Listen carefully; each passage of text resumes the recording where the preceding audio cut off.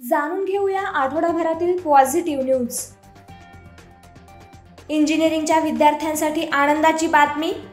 इंजिनिअरिंगच्या विद्यार्थ्यांना आता मराठीतून शिक्षण घेता येणार आहे। पुणे विद्यापीठाने देखील यासाठी मान्यता दिली असून पुण्यातील 2 स्वायत्त महाविद्यालयात इंजिनिअरिंगचे पदवी अभ्यासक्रम मराठी माध्यमांमध्ये सुरू करण्यात येणार आहेत। ऑक्सिजन निर्मितीत मुंबईची स्वयंपूर्णतेकडे वाटचाल। कोरोनाचा सामना करताना राज्यात ऑक्सिजनचा तुटवडा भासू नये म्हणून मुख्यमंत्री उद्धव ठाकरे यांनी मिशन ऑक्सिजनची मोहीम सुरू केली आहे। यामध्ये मुंबई महापालिकेच्या 5 रुग्णालयात ऑक्सिजन निर्मिती प्रकल्प उभारण्याची प्रक्रिया सुरू आहे। अहमदनगरच्या 16 वर्षीय शिवराजने मोडीत काढला विश्वविक्रम।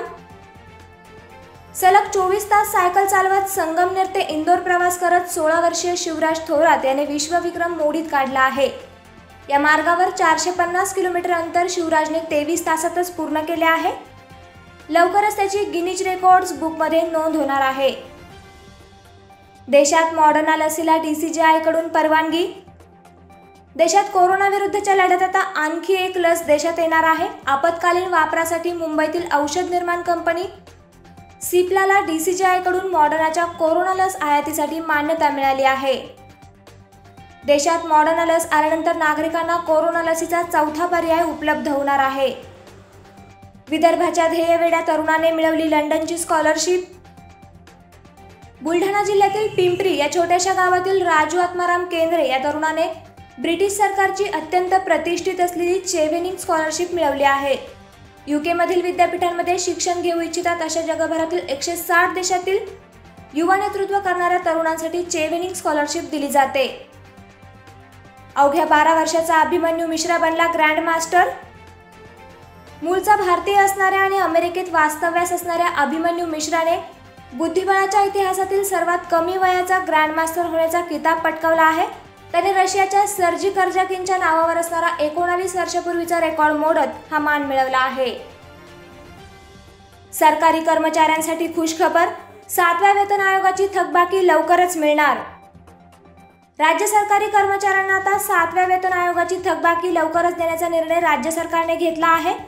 यामध्ये सेवानिवृत्त कर्मचाऱ्यांना देखील रोखीने थकबाकी अदा करण्याचा निर्णय देखील घेण्यात आला आहे। रेल्वे स्टेशनवरील प्लॅटफॉर्म तिकिटाबाबत मोठा निर्णय। पुणे, कोल्हापूर, सांगली आणि मिरज रेल्वे स्टेशनवरील प्लॅटफॉर्म तिकीट दर 50 रुपयांऐवजी आता 10 रुपये असणार। 1 जुलैपासून पश्चिम महाराष्ट्रातील सर्वच रेल्वे स्टेशनवर प्लॅटफॉर्म तिकीट दर 10 रुपये करण्यात आले आहेत, अशी माहिती रेल्वे प्रशासनाकडून देण्यात आली आहे। One nation one ration card योजनेबाबत सर्वोच्च न्यायालयाचा महत्त्वपूर्ण आदेश।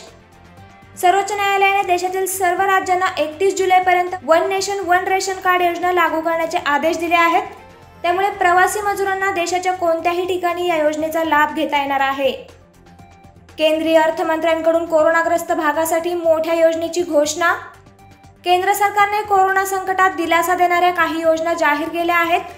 कोरोनाग्रस्त भागांसाठी यामध्ये 1,01,00,000 कोटींच्या क्रेडिट गॅरंटी योजनेची म्हणजेच कर्ज हमी योजना घोषित करण्यात आली आहे। आरोग्य क्षेत्रासाठी 50,000 कोटींची घोषणा देखील केली आहे।